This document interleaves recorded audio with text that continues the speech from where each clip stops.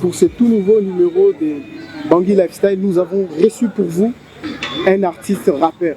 Il est unique à son genre, le plus aimé de la République, une pépite du rap centrafricain. Il a le flow, il a les charismes, il a les talents, un digne fils du pays. Benji, bonsoir. Bonsoir. Nous sommes très ravis de t'avoir aujourd'hui dans Bangui Lifestyle. Oui. Et merci beaucoup d'avoir accepté et honoré notre invitation. C'est un plaisir pour moi. Dans cet espace, nous donnons l'occasion aux acteurs culturels centrafricains de partager leur expérience, leur point de vue. Étant experts dans le domaine, nous explorons divers aspects de notre quotidien, abordant les parcours, les projets en cours ainsi que le projet futur et ceux qui font le buzz. Tu es parmi ces personnes rares qu'on peut retrouver dans certains buzz sur le réseau. C'est quoi la mentalité? Est-ce que c'est parce que tu es de nature timide ou tu es en mode solitaire? Je dirais pas timide ni en mode solitaire. Quand tu fais la musique, tu n'es plus en mode solitaire. Tu fais ça pour une communauté. Et pour moi déjà, comme j'ai l'habitude de dire, je suis en mission. Et avant de me lancer dans cette aventure, je pourrais dire, j'ai eu à étudier le terrain.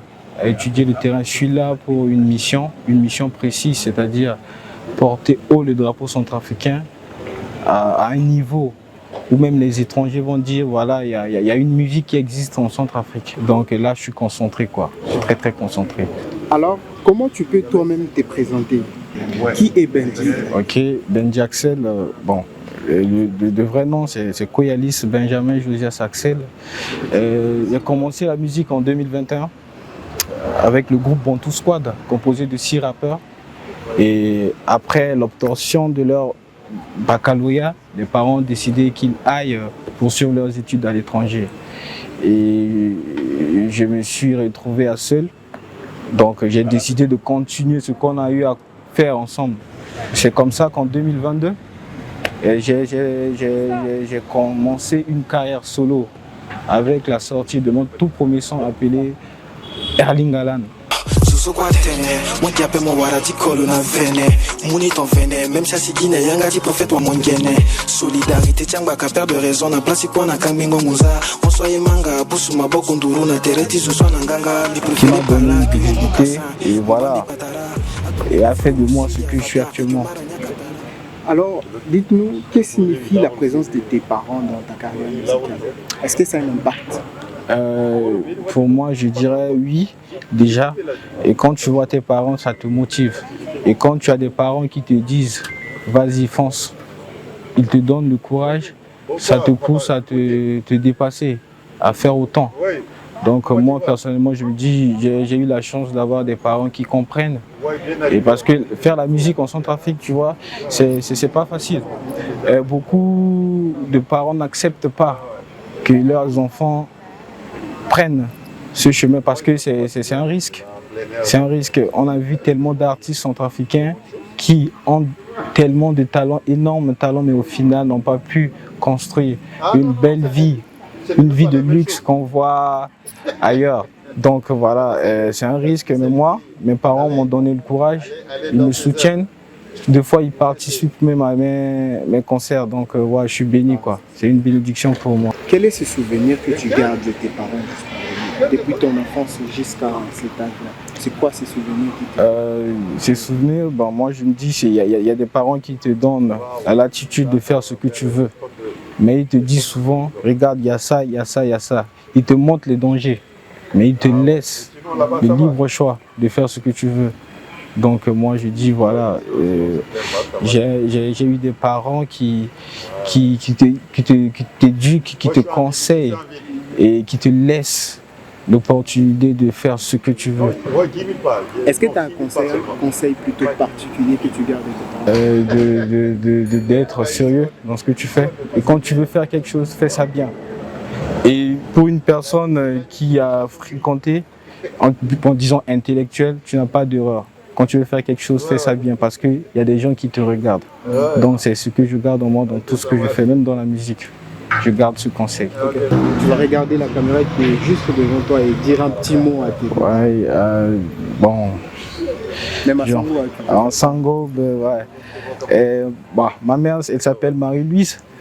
Maman Marie-Louise, ici ton fils Benji. Je suis tellement fier de toi pour tout ce que tu as fait pour moi. Et voilà, aujourd'hui ton fils, on l'appelle Benji, mais pour toi je reste Benjamin, le dernier de la famille, ton bébé. Je t'aime fort et je ferai tout pour te rendre aussi fier. Merci maman. Merci aussi à papa François.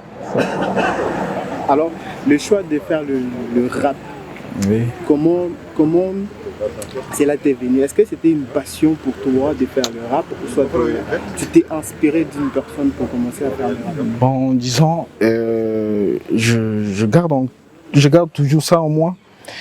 Et quand j'étais au lycée scientifique Ben Rachid, il y avait un ami qui me donnait toutes les nouveautés, surtout de l'EFA, Maître Gims et l'autre là. Black M, il me faisait écouter ça, et même Chris Brown, ça me donnait envie. Même quand je faisais des exercices de maths, j'écoutais la musique. Et la musique est entrée en moi, c'est pour moi une source de motivation. Et c'est comme ça que j'ai eu le goût. Un jour, j'ai dit à un ami, la musique que j'écoute tout le temps, là, moi aussi, je peux faire. C'était comme ça, il m'a dit, ok, si tu veux faire, vas-y, on va essayer de faire quelque chose. Et ce jour-là, j'étais au studio, mais malheureusement, il a enregistré le son en solo. Et après, quelques temps après, voilà, les gars de Bantou Squad étaient venus chez moi à la maison parce que voilà, les Chab, il les a invités, mais ils ont eu refuge chez moi parce qu'ils ne pouvaient pas aller chez Chab. C'est comme ça qu'on a fait connaissance et on s'était dit, quand ils rappaient, moi je suis là, hein, je les écoutais et je me suis dit, est-ce que je peux faire ce que vous faites là? J'ai dit, ah vas-y. On a essayé, j'ai essayé. Ils m'ont dit, est-ce que tu as déjà chanté une fois? J'ai dit non. Ils m'ont dit, ok. Vas-y, viens, on rentre au studio. C'était comme ça, on a enregistré le premier son qui était Diakusta. Et dans ce son, j'ai assuré comme quelqu'un qui a fait la musique depuis. Et voilà, c'est comme ça. L'histoire a commencé et puis voilà, ça a donné ce que ça donne aujourd'hui. Dans ces podcasts, nous parlons en profondeur de notre quotidien. Oui. Nous parlons du parcours, des exploits surtout, des projets en cours et futurs. Et donner comme ça l'occasion à nos invités de nous partager leur point de vue sur le déroulement de la culture centrafricaine et ses acteurs. Alors, on aimerait savoir maintenant quel représente le rap chez Benji. Pour moi, le rap, c'est pour moi un moyen de transmettre mes vécus, d'éduquer et de dire attention à tout ce que nous faisons. Si tu essaies de voir tout ce que je fais comme rap, c'est un style que j'ai eu à créer moi-même. J'essaie de rappeler, j'invite le passé à venir rencontrer le présent pour bien préparer le futur. Des fois, je me dis, dans mes chansons, je dis, par exemple,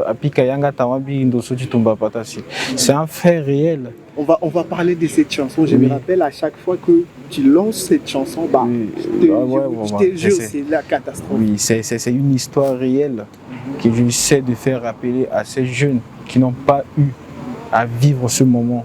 Que voilà, ça fait tellement de troubles dans le pays que voilà, à chaque fois qu'on se rappelle de ça, on doit faire attention à tout ce qu'on fait, nous les Centrafricains.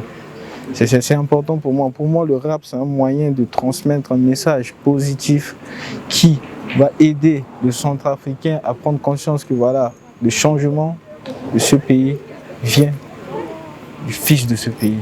Tu es de la nouvelle génération, mais avant toi, il y a eu des personnes qui ont impacté le rap centrafricain. Oui. Ces personnes qui ont aussi marqué leur histoire dans le rap centraux. Alors, de quelles personnes tu t'inspires? Est-ce que tu peux nous citer 3 personnes qui ont vécu avant toi, avant que tu arrives? Et que représentent ces personnes dans ta carrière musicale? Je dirais premièrement Veizo et son groupe Nga Agba Musique, et je dirais également l'autre là, Sewa Soul, ceux qui ont chanté baissez vos âmes, sont des artistes Et engagés, sont des rappeurs engagés. Ils m'ont tellement inspiré, ils m'ont donné goût. Je chante en sango. Ils m'ont donné goût de cette musique en sango. Que le sango, c'est une très très belle langue. Que tu peux faire la musique mais avec. Mais il faut promouvoir aussi, hein, parce que j'ai comme l'impression, on a comme l'impression que c'est vraiment une très belle langue, mais apparemment c'est limité. C'est limité, c'est limité. C'est vraiment ça le problème. C'est vraiment ça le problème. Et c'est notre bataille. Et on se bat tous les jours pour trouver des issues et des techniques à faire exploser ça. Donc c'est notre bataille et on continue de faire ça, quoi. Okay. Alors, quelle est la place que tu te donnes dans le rap centrafricain? Est-ce que toi-même, quand tu te regardes, tu te dis quoi? Benji, je suis le numéro 1 ou tu te places 3e ou 2e? C'est quoi ta place dans le je me dis, je suis la compétition en question. Wow. Je ne fais pas la compétition, mais je suis la compétition. Donc j'ai eu à créer quelque chose et que je suis fier de ça. Partout où je vais, quand j'écoute des jeunes qui commencent la musique, me disent « tu m'as donné envie, tu m'as inspiré, tu m'as donné le goût de voir qu'on peut faire la musique consciente, le rap conscient et réussir dans ça. » Donc moi je me dis voilà, c'est le plus important pour moi. Et comme j'ai toujours l'habitude de dire, nous sommes en mission. Donc je ne me dis pas je suis le numéro 1, mais je suis quelque chose. Et cette chose, je suis le rap. Tu es le rap. J'ai beaucoup aimé cette phrase, je suis la compétition. Oui. Enfin, j'espère que cette phrase ne fera pas mal à certains rappeurs. Non, mais c'est une réalité. Tu as souvent l'habitude de dire ça ou devant les gens ou c'est la première fois? C'est la première fois de dire ça devant une caméra. Mais ils savent. Je pense qu'on va juste couper cette partie-là. Oui. C'est ça qui va être le générique. Parce que, attends, j'essaie un peu d'imaginer. Ça peut venir comment d'une personne de réfléchir et jusqu'au point de dire c'est moi la compétition. C'est-à-dire, c'est comme si tous ces rappeurs, ils font leur carrière tout en se basant à... Oui, moi je suis devenu un modèle. Je suis devenu un modèle dans ce milieu. Il y a longtemps, on n'écoutait plus le rap. Les gens ne s'intéressaient plus à ça. Et depuis quelques temps, et je peux me dire, c'est pas pour rien que je dis ça. Je suis le premier rappeur à représenter le pays hors de la zone CEMAC. Et pour ça, en moins de 6 mois de carrière, j'ai eu à faire quelque chose. Et j'ai donné goût aux autres rappeurs de dire que voilà, c'est possible de faire ça. Et avec 3 chansons, j'ai eu à gagner autant de cœurs. On m'écoute un peu partout. C'est ça. C'est pourquoi moi je dis souvent, je ne me vois pas en compétition avec quelqu'un. Je suis la compétition. Alors, on doit s'inspirer de ce que je fais et faire encore mieux que moi. Ça me fera tellement plaisir.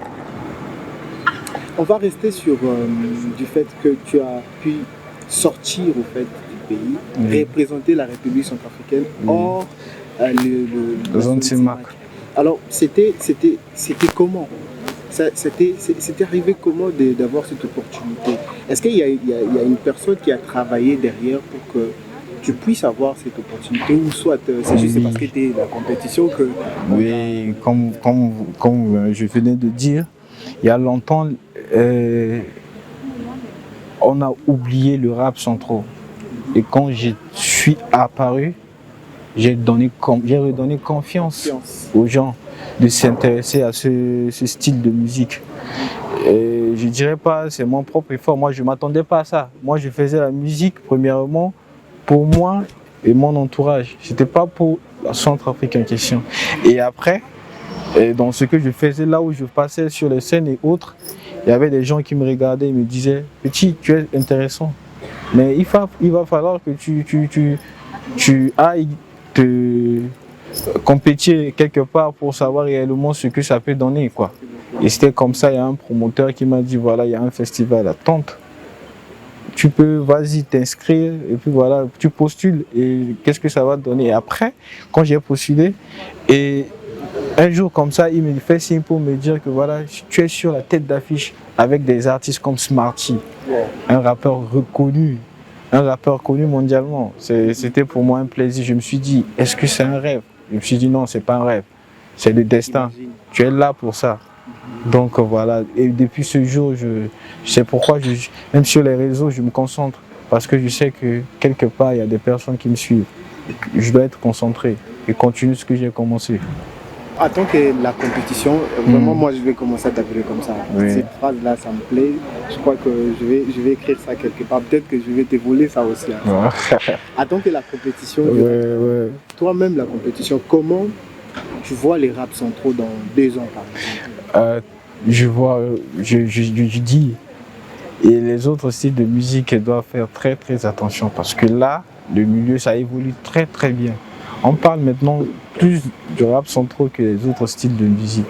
J'espère que dans 2 ans, ceux qui sont là pour nous accompagner dans ce mouvement, ils vont continuer à donner toute leur énergie pour que voilà, on puisse atteindre notre niveau. Et je sais que ça va venir. Je sais que ça va venir. Cette année 2025, ça va être une autre année. Ça va être une autre année. Personnellement, j'ai prévu beaucoup de choses pour mon public. Et j'espère que d'autres rappeurs aussi vont faire ça pour promouvoir le rap, quoi. Ok. La culture centrafricaine, elle est vaste. Oui. Beaucoup de gens critiquent un tout petit peu cette culture, je peux dire. Je ne parle pas des étrangers, je parle d'abord des natifs. Oui. Ces centrafricains, ils aiment trop critiquer. Est-ce que toi aussi tu fais partie de ces personnes qui critiquent la culture des centrafricains ou...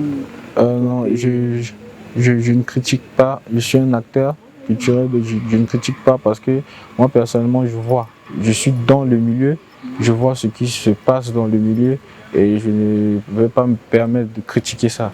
Et moi je veux l'évolution de la culture. C'est une culture vraiment riche, mais il y a des moyens qui manquent. C'est des problèmes de moyens et tout, mais pas à critiquer, quoi. Si tu te mettais dans la peau d'un producteur, tu as tout ce qu'il faut, les moyens. C'est une question pertinente, quoi. J'aime cette question. On appelle ça comment, voire même les carnets d'adresse, tout ça là. Et que tu enlèves d'abord Benji, tu regardes les rappeurs centrafricains que tu dois choisir 4. Ouais. Et ce serait qui ces gens-là que tu peux produire si tu étais un producteur maintenant? De produire 4 rappeurs? Moins 4. Je dirais Hybrid. Ça c'est un très bon rappeur. Je dirais Doomant. Ça c'est un gars dans Bantu Squad, ça c'est un très très bon rappeur. Et je dirais ADN. Ça aussi c'est un très bon rappeur. Je dirais le Petit Brady. Petit Brady. Ça fait 4 déjà, non? Oui, ça fait déjà 4. Voilà.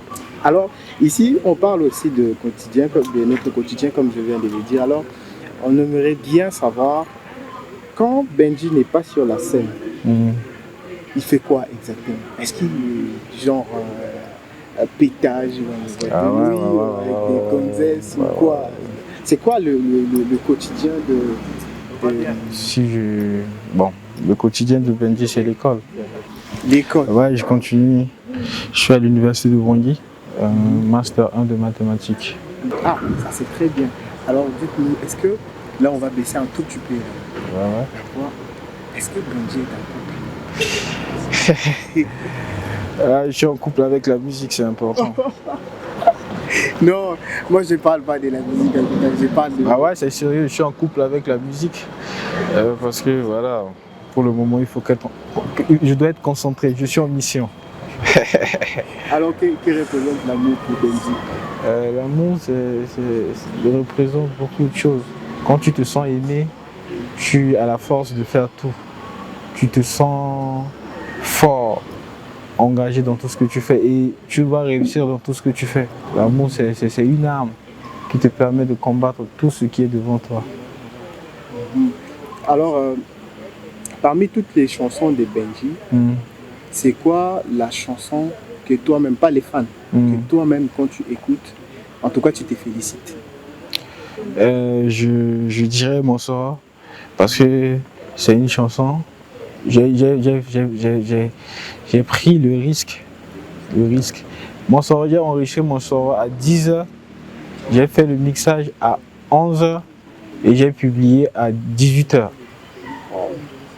Je n'avais pas eu le temps de donner à quelqu'un pour écouter, vas-y c'est bon ou bien quoi, on arrange. Je me suis dit, je balance ça. C'était comme ça, j'ai balancé mon sort. Et tout ce que ça a fait en moi, et tout ce que, voilà, l'amour que le public a pour mon sort, me dit, ah, malgré le risque que j'ai pris, mais ça a donné. Donc voilà, c'est mon sort. Mais j'aime ça, ça ne veut pas dire que j'aime pas les autres chansons. Chaque chanson pour moi, elle représente quelque chose. Elle représente une histoire, un vécu que j'essaie de traduire en musique et partager à mon public. Okay. Donc j'aime toutes les autres chansons. Alors là, si Benji devrait dire un mot pour la jeunesse centrafricaine, je dirais, nous sommes l'avenir. Moi, je fais partie de la jeunesse. Nous sommes l'avenir et dans chaque chose que nous faisons, chaque acte compte. Nous devons être responsables, que ce soit sur le plan mental, physique et dans tout ce que nous faisons, on doit faire ça bien. Parce que le pays compte sur nous. L'avenir de demain, c'est nous. Donc voilà, aimons-nous et soyons sérieux dans tout ce qu'on fait. Merci. Donc toutes ces personnes qui œuvrent dans la culture centrafricaine, est-ce que tu pourrais avoir une personne à qui tu peux nous recommander être le prochain à être interviewé dans Bangui Lifestyle? Le prochain dans n'importe quel style de musique. Ouais, même si c'est un réalisateur, même si c'est un photographe, c'est-à-dire quelqu'un qui œuvre dans l'art. Ah ok, d'accord, je vous recommande Loubi. Loubi. C'est un réalisateur, un jeune réalisateur et qui fait bien en ce moment. L'autre jour, il a tourné avec l'autre là, Sewassou, l'autre là. J'ai vu que c'est un jeune qui aime ce qu'il fait. Et donc, s'il peut venir, voilà, c'est bien. Et quand l'invité nous recommande, l'invité appelle cette personne. Ok, d'accord, je l'appelle. C'est possible que tu... Donc, tout de suite même? Tout de suite là. Ok, il n'y a pas de problème, je l'appelle.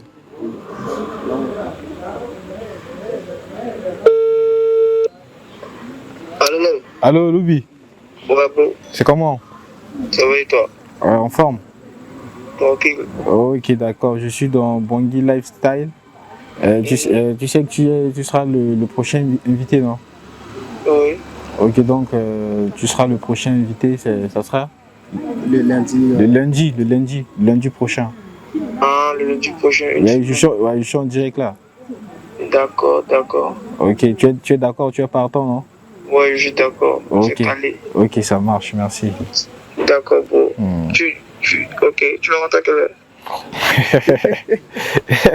C'est donc par ici que nous clôturons cette émission d'aujourd'hui. Oui. C'était un réel plaisir d'avoir Benji Axel dans Bangui Lifestyle. En tout cas, nous, toute l'équipe de Bangui Lifestyle, en tout cas, on te dit merci beaucoup pour d'abord la patience et puis d'avoir accepté notre invitation. Merci beaucoup. Le plaisir est partagé.